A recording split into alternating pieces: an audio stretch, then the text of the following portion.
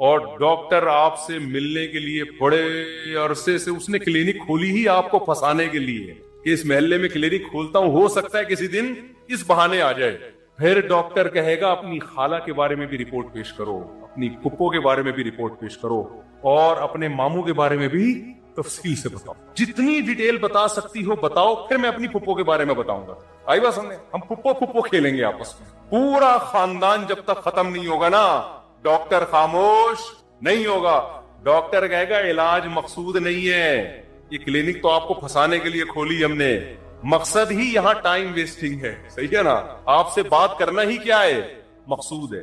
تو ایک انسانوں کی محبت ہوتی ہے جو مردار ہے، جو ختم ہونے والی ہے. دنیا میں کتنے لیلا مجنون آئے، آج قبر میں کیڑے ان کو کھا رہے ہیں. کہیں کا وہ مجنون نے کوشش کی کہ لیلا کی قبر میں جا کے وزٹ کر کے آؤں، وہ سب سڑ گئے، مر گئے. اور ایک محبت کس سے ہوتی ہے بھائی؟ اللہ سے. پت میں لمبا کلام کریں. یہاں ٹائم ویسٹ کرنا ہی کیا ہے؟ مقصود ہے. اور موسیٰ علیہ السلام کی محبت کو شے آ گئی اور کہہ رہے ہیں ہیا عصایا، یہ میری لاٹھی ہے، اتوکئ علیہا. کوئی لبرل آدمی بیٹھا ہوا ہوتا، سائنٹسٹ وہاں پہ پڑھا لکھا، وہ ٹائم کیلکولیٹ کر رہا ہوتا ہے اتنی دیر میں موسیٰ علیہ السلام اتنی چیزیں ایجاد کر سکتے تھے قوم کی خدمت، اتنے غریبوں کو کھانا کھلا سکتے تھے. یہ کیسے نبی ہے معاذ اللہ ہے بھائی؟ یہ کیا قوم کے قائد بنیں گے؟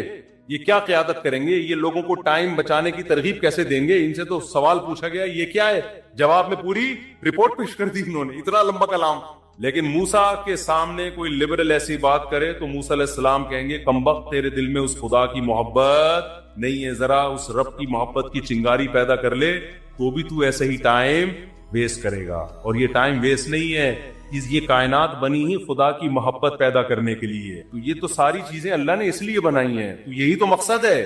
بلکہ موسیٰ کو جب بھیجا نا اللہ نے فرعون کے پاس، تو موسیٰ علیہ السلام کہیں گے اللہ نہ بھیج، یہی کوہ طور پہ ہی مجھے بٹھا لے. وہ تو اللہ نے آرڈر دے دیا تھا فرعون کے پاس جاؤ، تو چلے گئے، ورنہ دل موسیٰ علیہ السلام کا جانے کا نہیں چاہ رہا تھا. بس یہی دل چاہ رہا تھا اللہ سے ہی ہم کلام ہوتا رہوں، میں اللہ سے ہی باتیں کرتا رہوں. تو قال ہی عصایا، اب وہاں کوئی لبرل بیٹھا ہوا ہے، سائنٹسٹ بیٹھا ہوا ہے، تو موسیٰ علیہ السلام پر اعتراض کر. موسیٰ علیہ السلام کیا کہہ رہے ہیں؟ ہیا عصایا، یہ میری لاٹھی ہے، اتوکئ علیہا، اس پہ میں ٹیک بھی لگاتا ہوں، واہش بہا علی غنمی، درختوں کے پتے جھاڑ کر اپنی بکریوں کو پتے بھی کھلاتا ہوں. ولی فیہا معارب اخری، اور اے اللہ بہت سارے اور بھی کام ہیں، پرمیشن دے تو پوری رپورٹ پیش کر دوں تیرے سامنے. سمجھتے ہو کہ نہیں سمجھتے؟ یہ ہے ذکر اللہ کا فلسفہ. اس لیے صبح و شام کچھ اللہ اللہ بھی ہمیں کرنا چاہیے. کوئی بات نہیں ٹائم ویسٹ ہو رہا ہے، دل لگے نہ لگے، لا الہ الا اللہ، کوئی عبادت کے لائق نہیں ہے سوائے اللہ کے. لہ الملک وحدہ لا شریک لہ، اکیلا ہے، اس کے ساتھ کوئی شریک نہیں ہے. لہ الملک، اسی کے لیے بادشاہی ہے. وَلَهُ الْحَمْدِ، قابل تعریف صرف وہی ذات ہے. یحیی، جس کو چاہتا ہے زندگی دیتا ہے، مردوں کے زندہ پیدا کر دیتا ہے نا، انڈے سے چوزا نکال دیتا ہے، مردہ چیز تھی. وَيُمِيتُ، جس کو چاہتا ہے موت دے دیتا ہے. مائیکل جیکسن نے پورا زور لگا دیا 100 سال زندہ رہنے کا، اللہ نے چاہا 50 سال کے بعد ڈاکٹروں کے پینل کے بیچ میں سویا ہے، صبح پولیس بھی اس کو نہیں اٹھا سکتی. اتنے بڑے بڑے تصرفات کس نے اپنے ہاتھ میں رکھے ہیں؟ اللہ نے. کتنے میڈیکل سائنس سے ترقی کر لی، پھر بھی ڈاکٹر بھی مر جاتے ہیں. اور کوئی ضروری نہیں کہ پوری عمر 50 سال میں مر جاتے ہیں، 40 سال میں مر جاتے ہیں. ایسے تصرف والا جس کو چاہتا ہے زندگی دیتا ہے، جس کو چاہتا ہے موت دے، جب چاہتا ہے. وَهُوَ حَيٌّ لَا يَمُوتُ، خود زندہ رہتا ہے، لا يموت، اس پر کبھی موت نہیں آئے گی. وَهُوَ عَلَى كُلِّ شَيْءٍ قَدِيرٌ. اے اللہ ایک ایک جملے میں کیا تیری تعریف کروں، بس کمپلیٹ یہ ہے کہ عَلَى كُلِّ شَيْءٍ قدیر، جو چاہتا ہے کر گزرتا ہے. کتنا مزیدار کلمہ ہے یا نہیں ہے؟ 100 دفعہ پڑھ لو صبح. شیطان کیا کرے گا؟ یہاں دل نہیں لگ رہا، یہ بڑا پرابلم ہوتا ہے. شیطان کہتے تیرا دھیان نہیں بٹ رہا، مزہ نہیں آ رہا، چھوڑ دو مزے کو یار. ہم نے بڑے بزرگوں سے سنا ہے کہ اگر اللہ کے ذکر میں دل نہ لگ رہا ہو نا تو ٹینشن نہ لیا کرو، یہ سوچا کرو زبان تو اللہ کو یاد کر رہی ہے نا، یہ بھی بہت بڑی فضیلت. زبان یاد کر رہی ہے کافی، دل بھی انشاءاللہ ایک نہ ایک دن لگ جائے گا. نہ بھی لگے تو عین منزل ہے، تھکن سے چور ہو جا. کیا خیال ہے؟ نہ لگے دل یار. میں نے قصہ سنایا نا, ہمارے کلاس فیلو تھے مدرسے میں, وہ جیسے ہی نماز کے لیے کھڑے ہوتے نیند آ جاتے, وہ بےچارے بڑے بیزار کہ یار ویسے ٹھیک رہتا ہوں نماز کے لیے کھڑے ہو جائے, سجدے میں جاتے ہم اونیاں مار کے اٹھاتے تھے نماز میں, اٹھ جا بھائی اگلا سجدہ آنے والا ہے. وہ بہت تنگ آ گئے نا, انہوں نے حضرت کو لکھ کے دیا, حضرت نے کہا کہ کوئی بات نہیں یار, آپ جان کے تو نہیں سو رہے نا, اللہ کو یہی ادا پسند ہے کہ نیند آ رہی ہے, دل نہیں لگ رہا, پھر بھی کیا کر رہے ہیں, میرے حکم پر عمل. مزوں کی زندگی جنت میں, یہاں نماز میں مزہ آ جائے اچھی بات ہے, ذکر میں مزہ آ جائے تو زیادہ اچھی بات ہے. مزہ نہیں آ رہا کوئی بات نہیں, زبان سے کرتے رہو چاہے مزہ نہ بھی آئے, آخرت میں اللہ ذکر کی لذت انشاءاللہ دے دے گا. قرآن میں آتا ہے کہ جنتی اللہ کا ذکر کریں گے لذت حاصل کرنے کے لیے, کیونکہ وہاں تو ان کو وہ مزہ آئے گا جو موسیٰ علیہ السلام کو اللہ سے بات چیت میں مزہ آ رہا. تو جنتیوں کو اللہ کا نام لینے میں, جنت میں ذکر کا کوئی ثواب نہیں ہے, یہاں ثواب ہے, وہاں کوئی ثواب نہیں ہے. کیوں؟ وہاں جنتیوں کو مزہ اس کام میں آ رہا ہوگا, اللہ کو یاد کرنے میں, اللہ کی حمد و ثنا کرنے میں. تو اس لیے ذکر میں مزہ آئے نہ آئے کر لیا کرو, ہمت کر کے عادت ڈالو. آپ کو اسلام کے علاوہ جتنے مذاہب نظر آئیں گے ان میں کیا ہے, یہ وظیفوں کا بھی تو یہ تصور ہے نا, یہ والا وظیفہ پڑھ لو تو یہ والا کام ہو جائے گا, یہ والا پڑھ لو. جو مسجد میں بہت نیک نظر آئے نا, اللہ اللہ کر رہا ہے, 100% تو نہیں لیکن غالب گمان ہے کہ اس کی کہیں شادی اٹکی ہوئی ہے, کسی پیر نے اس کو وظیفہ بتایا ہوا ہے. ورنہ اتنے نیک لوگ مارکیٹ میں کہاں نظر آتے ہیں جو اللہ کو خوش کرنے کے لیے اللہ اللہ کر رہے ہوں.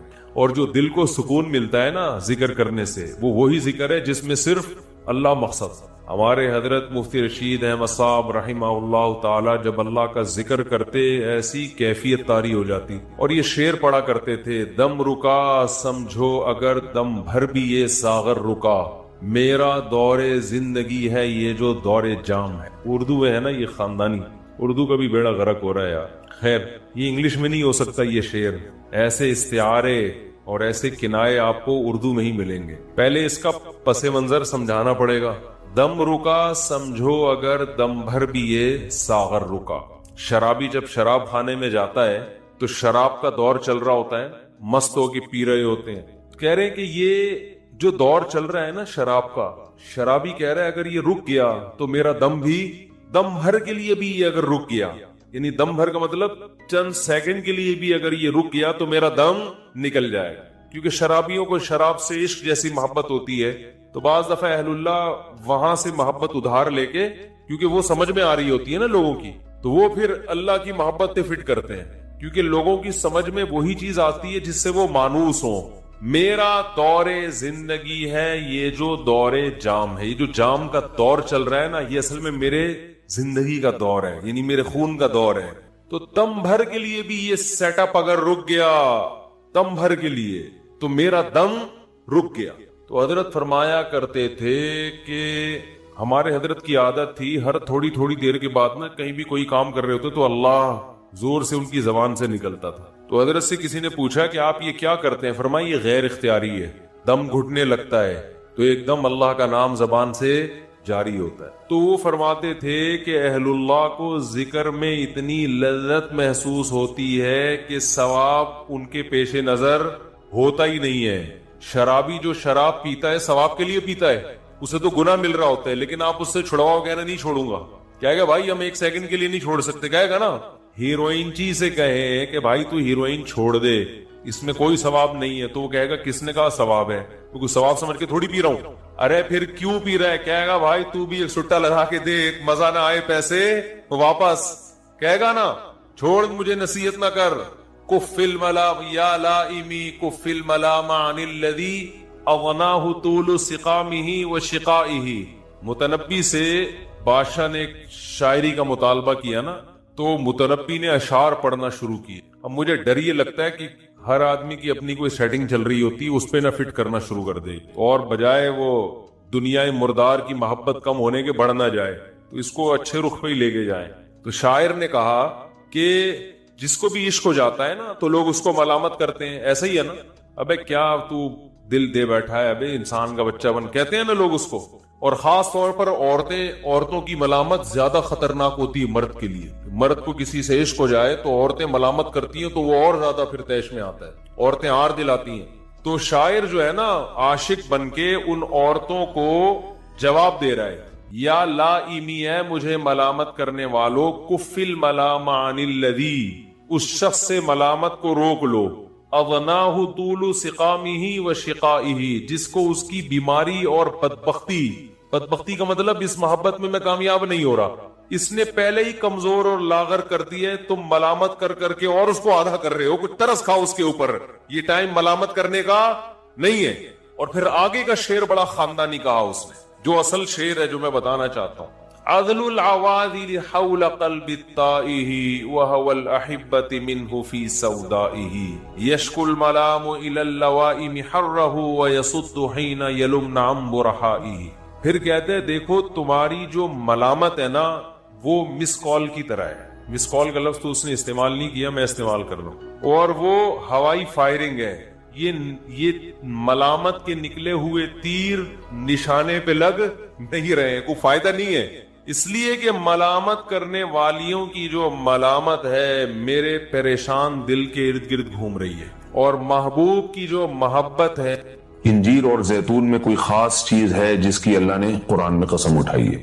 اللہ تعالیٰ کی عادت ہے کہ کبھی بھی اپنے پیغمبروں کی خوراک وہ چیز نہیں بناتے جو صحت کے لیے نقصان دہ ہو، اور قرآن میں ایسی چیز کا تذکرہ نہیں کرتے بطور نعمت کے جو صحت کے لیے نقصان دہ ہو۔ تو اس یقیناً انجیر اور زیتون میں کوئی اضافی چیزیں ہیں کہ اللہ نے قرآن میں انار کا بھی ذکر کیا، اللہ نے انگور کا بھی ذکر کیا، مگر میرے علم میں ایسی کوئی آیت نہیں جس میں انار یا انگور کی قسم اٹھائی ہوتی، یہ بھی یقیناً بہت بہترین پھل ہے، لیکن انجیر اور زیتون کی اللہ قسم اٹھا رہے ہیں کہ یہ گواہ ہے کہ انسان بہت بہترین ہے۔ تو اس سے ایک تو پتہ یہ چلتا ہے کہ ہمیں انجیر اور زیتون کو اپنی خوراک میں شامل کرنا چاہیے۔ آج کل کیا کھایا جا رہا ہے، چائے پی جا رہی ہے، گٹکے کھا رہے ہیں لوگ، پان کھا رہے ہیں، الٹی چیزیں، بازار سے بنی ہوئی چیزیں، دودھ پیک خرید کے پی رہے ہیں جس کے دودھ ہونے پہ ہی شبہ ہے کہ پتہ نہیں یہ دودھ ہے بھی یا نہیں، اور ایک سوچی سمجھی سازش کے تحت بازاری چیزوں کو پروموٹ کیا جا رہا ہے، اس پہ اشتہار بازی پہ خرچہ کیا جا رہا ہے، ڈاکٹروں کو باقاعدہ خریدا جاتا ہے اور وہ جعلی چیزوں کے فضائل لوگوں کو سناتے ہیں۔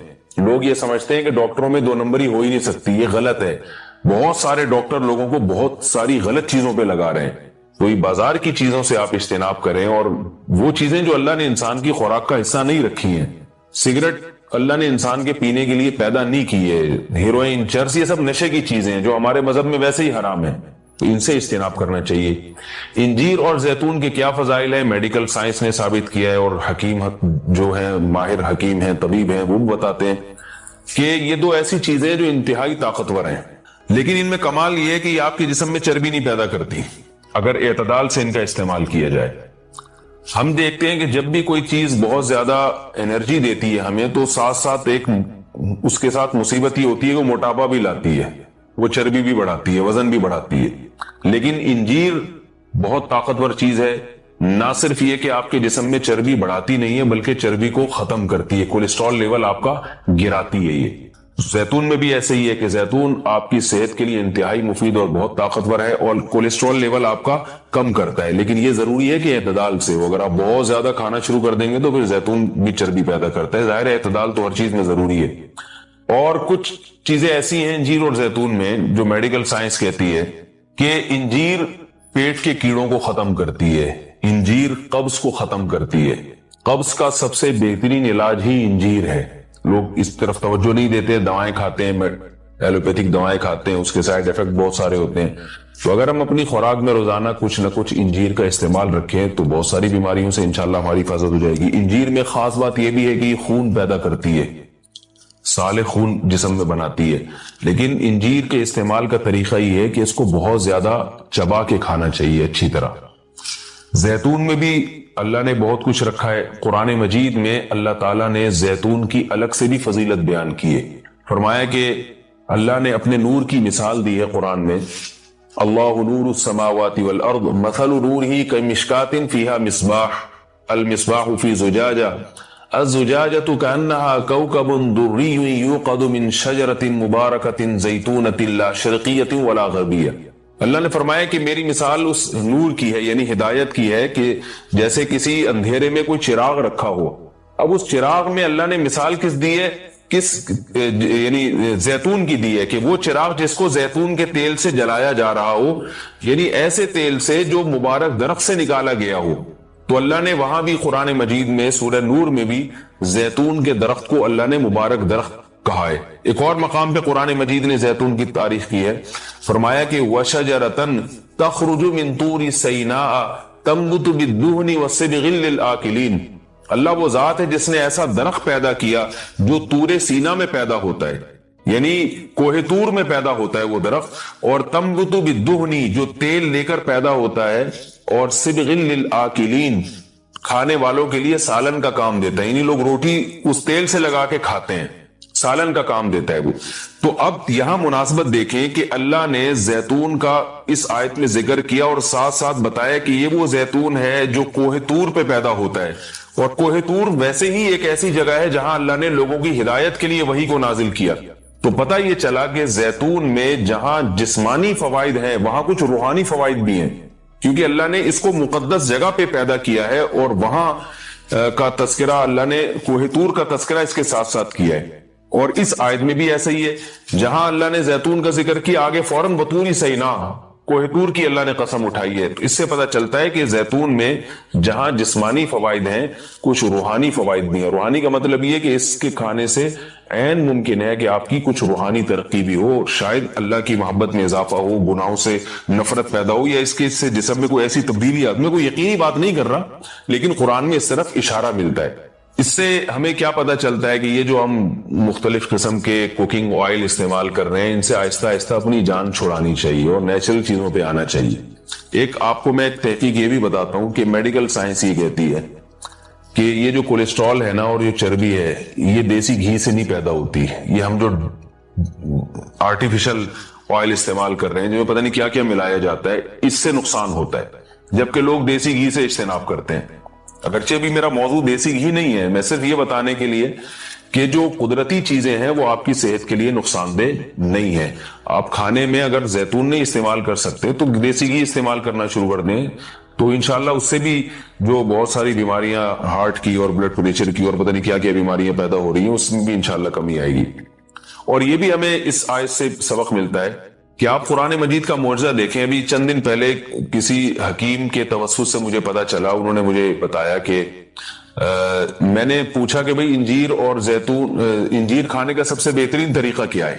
تو ان حکیم صاحب نے بتایا کہ آپ انجیر کو زیتون میں ڈبو کے استعمال کریں، یعنی انجیر کے ٹکڑے کریں اور 2-3 چمچے زیتون کپ میں ڈالیں اور اس میں انجیر کے ٹکڑے کر کے ڈبو دیں آپ اس میں، اور رات کو آپ ڈبو دیں اور صبح اس کو استعمال کر لیں، وہ زیتون بھی کھا لیں ساتھ میں۔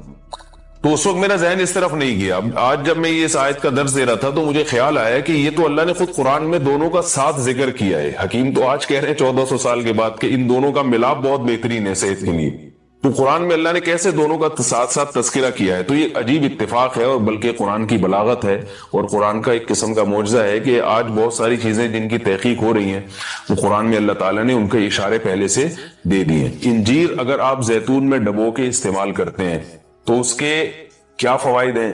ایک فائدہ تو یہ ہے کہ انجیر کو چبانا آسان ہو جاتا ہے، ورنہ انجیر بہت سخت چیز ہوتی ہے، اس کا چبانا آپ کے لیے مشکل ہے۔ جب آپ اس کو زیتون میں ڈبو دیں گے، آپ صبح جب کھائیں گے تو آپ کو پتہ چلے گا کہ وہ نرم ہو گئی ہے، اس کا کھانا آسان ہے۔ اور دوسرا فائدہ یہ ہے کہ اس سے زیتون کا کھانا بھی آسان ہو جاتا ہے۔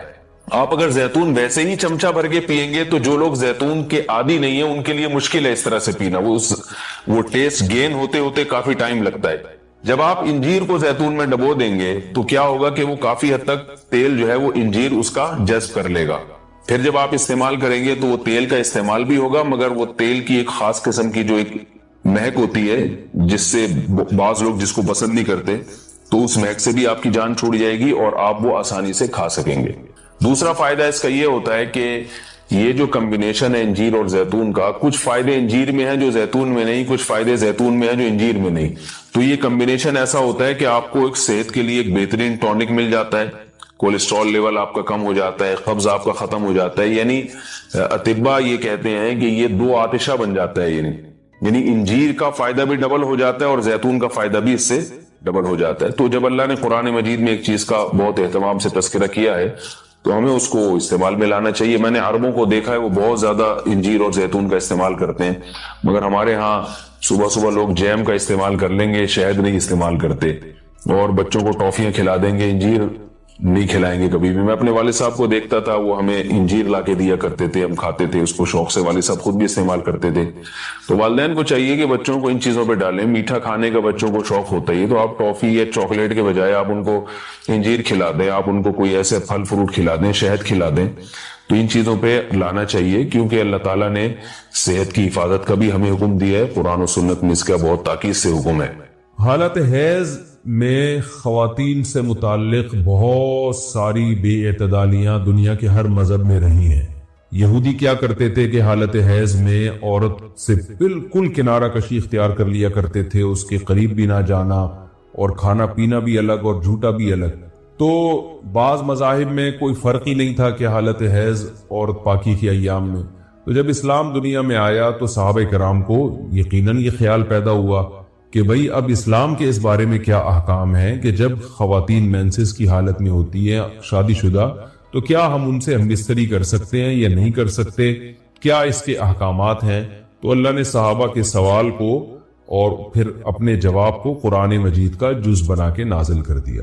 وَيَسْأَلُونَكَ, اور یہ لوگ آپ سے سوال کرتے ہیں, عَنِ الْمَحِيضِ, حیض کے بارے میں. تو حیض کے بارے میں سوال نہیں تھا, اصل میں سوال یہ تھا کہ حالت حیض میں زوجہ سے ہم بستری جائز ہے یا نہیں ہے. تو قرآن نے اس کی طرف اشارہ کر دیا. قل, اے نبی آپ ان سے کہہ دیجئے, ہوا اذن, اذن اصل میں تکلیف کو بھی کہتے ہیں, گندگی کو بھی کہتے ہیں. تو یہاں گندگی مراد ہے کہ وہ گندگی ہے. فَاعْتَزِلُوا النِّسَاءَ, لہذا عورتوں سے دور رہو, فی المحیض, حالت حیض میں. وَلَا تَقْرَبُوهُنَّ, اور ان کے قریب مت جاؤ, حَتَّى يَطْهُرْنَ, جب تک کہ یہ پاک نہ ہو جائیں. تو اس میں قرآن مجید نے جو لفظی ترجمہ ہے وہ قرآن کی آیتوں کا یہی ہے کہ ان سے کنارہ کشی اختیار کر لو. لیکن احادیث سے ہمیں پتہ چلتا ہے کہ یہاں کنارہ کشی اختیار کرنا یہ کنایا ہے ہم بستری کرنے سے, یعنی ان سے ہم بستری کرنا تمہارے لیے جائز نہیں ہے. کنارہ کشی سے وہ جو یہودی کر لیا کرتے تھے وہ مراد نہیں ہے یہاں پہ, اور اس کی تفصیل احادیث میں. تو قرآن نے چونکہ صاف لفظوں میں جماع کا ہم بستری کا ذکر نہیں کیا تو صرف کنایوں سے کام لیا ہے قرآن مجید نے.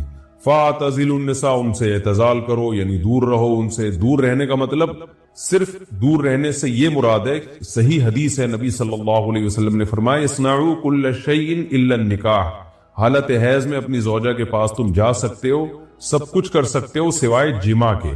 تو انٹرکورس جو اسے کہا جاتا ہے وہ حلال نہیں ہے. تو باقی نبی صلی اللہ علیہ وسلم نے فرمایا کہ ایسی کنارہ کشی کے بالکل اس کا جھوٹا نہ پیو اور بالکل دور ہو جانا, اس کی اسلام میں اجازت نہیں ہے, اور نہ بستر الگ کرنے کی ضرورت ہے. تو یہ سارے قرآن کے کنائے ہیں. کنایا کا مطلب ہوتا ہے کہ آپ صرف اشاروں میں بات کر رہے ہیں, صراحتاً بات نہیں کر رہے. تو میں اس میں نقطے کی بات بھی بتاؤں گا کنایا کیوں ہے. کہ فَاعْتَزِلُوا النِّسَاءَ فِي الْمَحِيضِ, عورتوں سے حالت حیض میں دور رہو, وَلَا تَقْرَبُوهُنَّ, ان کے قریب مت جاؤ. تو یہ قریب جانا بھی اصل میں جماع اور ہم بستری سے کنایا ہے, یعنی اشارہ ہے ہم بستری مت کرو. تو جماع کا صراحتاً ذکر نہیں کیا جا رہا, تو مراد وہی ہے کنایا, کنائے میں بات کی جا رہی ہے. ایک جگہ قرآن میں آتا ہے لا تقربوا الزنا, زنا کے قریب مت جاؤ. تو ممکن ہے کسی کو اشکال ہو کہ وہاں تو ہم یہ کہتے ہیں کہ زنا کے قریب بھی مت جاؤ, تو وہاں قریب نہ جانے سے ہم حقیقی معنی مراد لیتے ہیں کہ بھئی زنا ایسا کام کرنا جو زنا یعنی زنا تک لے کر جاتا ہے وہ بھی تمہارے لیے حرام ہے. تو وہاں تو یہ ترجمہ کرتے ہیں, تو یہاں بھی وہی ترجمہ ہونا چاہیے, ولا تقربوهن, ان عورتوں کے قریب بھی مت جاؤ. یا مطلب کیا ہے کہ اس گھر میں بھی نہ رہو, اس کمرے میں بھی نہ رہو جہاں تمہاری جو بیوی رہتی ہے جو مینسز کی حالت میں ہے. تو یاد رکھیں وہاں چونکہ زنا کا لفظ اللہ نے صراحتاً ذکر کر دیا, کنایا کی اب ضرورت نہیں ہے, لہذا وہاں لا تقربو کا مطلب لا تقربو ہی ہے, یعنی قریب مت جاؤ. تو زنا کے قریب مت جاؤ یہ کنایا نہیں ہے, اس کا مطلب صاف کہ زنا تو دور کی بات ہے, کوئی ایسا کام بھی نہیں کرنا جو زنا کے قریب لے کے جاتا ہے. لیکن یہاں اللہ نے ہم بستری کے لفظ کا صراحتاً ذکر نہیں کیا, لہذا جہاں ذکر نہیں ہوتا تو وہاں اشارتاً ذکر کیا جاتا ہے, اور اشارتاً جب ذکر کیا ہے تو یہاں لا تقربوہن, یہ قرب سے خاص قسم کا قرب مراد ہے, اس سے مطلق قرب مراد نہیں ہے کہ کسی کے بھی قریب چلے جاتے ہیں. تو یہاں خاص قسم کا قرب مراد ہے. وہ قرب یہی ہے کہ مکمل جمع کرنا حالت حیض میں, اس کی اجازت نہیں دی جا رہی, لیکن اللہ نے اس کو گول مول طریقے سے کنائے کے ذریعے ذکر کیا ہے. حتی یطہرن, یہاں تک کہ وہ پاک ہو جائے. تو یہ جو میں نے بتایا کہ حالت حیض میں نبی صلی اللہ علیہ وسلم سے صحیح حدیث سے ثابت ہے اور اس پر پوری امت کا اجماع ہے. اتنی واضح احادیث ہیں بخاری اور مسلم کی اس بارے میں کہ حالت حیض میں آپ بیوی کے قریب جا سکتے ہیں. اور حیا کے خلاف مسئلہ ہے، لیکن اب ایک بات آ گئی تو وہ بتا دوں کہ اس کی تفصیل فقہاء نے بیان کی ہے کہ جو ناف سے لے کر گھٹنوں تک جسم پہ کوئی کپڑا ڈال دیا جائے اور پھر باقی زوجین ایک دوسرے سے جو ہے وہ ریلیشن قائم کر سکتے ہیں باقی باڈی کے ذریعے، لیکن یہ کہ جو مکمل جمع ہے وہ حلال نہیں ہے اور وہ سخت گناہ ہے. آگے اللہ نے ارشاد فرمایا فَإِذَا تَطَهَّرْنَا، پس جب وہ مکمل پاک ہو جائیں، فَأْتُوهُنَّ، تو پھر تم ان کے پاس آؤ. اب یہ بھی دیکھیں ان کے پاس آؤ یہ کنایا ہے جمع سے، یہ نہیں کہ آپ کی زوجہ جو ہے وہ جب حیض سے پاک ہوئی ہے تو آپ اب اس کے پاس جا کے چائے پی سکتے ہیں، وہاں بیٹھ کے کھانا کھا سکتے ہیں، یہ مراد نہیں ہے. یہ سب کنایہ اور اشارتاً قرآن بات کر رہا ہے. فَأْتُوهُنَّ، تو ان کے پاس آؤ، یعنی مطلب ان سے تم جمع کر سکتے ہو، جمع کرو ان سے من حیث امرکم اللہ، ایسے جیسے اللہ نے حکم دیا ہے. تو اس سے پتہ چلتا ہے کہ جمع کا ایک ناجائز اور حرام طریقہ بھی ہے اور ایک جائز طریقہ بھی ہے. تو قرآن بتا رہا ہے کہ جائز طریقے سے تم جمع کر سکتے ہو، ناجائز طریقے سے جمع نہیں کر سکتے. وہ جائز اور ناجائز کیا ہے وہ میں انشاءاللہ بتاتا ہوں. ان اللہ، بے شک اللہ تعالی، یحب التوابین، توبہ کرنے والوں سے بھی محبت کرتا ہے، ویحب المتطہرین، اور تطہر جو ہے نا یاد رکھیں، دیکھیں یہاں دو لفظ استعمال ہوئے ہیں. ایک استعمال ہوا ہے طہورا یطہرو حتی یطہرنا، اس کا مطلب ہوتا ہے پاک ہو جانا، اور ایک ہوتا ہے تطہرنا، باب تکلف ہے، یعنی تھوڑا تکلف سے پاک ہونا، اہتمام کر کے. ایک پاک تو یہ ہے کہ بس چلو بھی پاک ہو گئے، ایک ہے کہ بہت یعنی پاک صاف رہنے کی بڑی کوشش کرنا. تو جو صفائی پسند لوگ ہوتے ہیں نا، وہ جب تک صفائی کا خبط ان کے اوپر سوار نہیں ہو جاتا اور تکلف نہیں کرتے اس وقت تک پاک صاف وہ رہتے نہیں ہیں. تو اس لیے اللہ تعالیٰ نے تکلف کے ساتھ طہارت کا حکم دیا. تو اسی وجہ سے بہت سے علماء کہتے ہیں کہ اس سے حالت حیض کے بعد غسل کرنا مراد ہے، کہ اگر عورت کے 10 دن سے پہلے حیض آنا ختم ہو جائے تو عورت پر پھر واجب ہو جاتا ہے کہ وہ باقاعدہ غسل کر کے اپنے آپ کو پاک صاف کرے. تو یہی مراد ہے اس سے.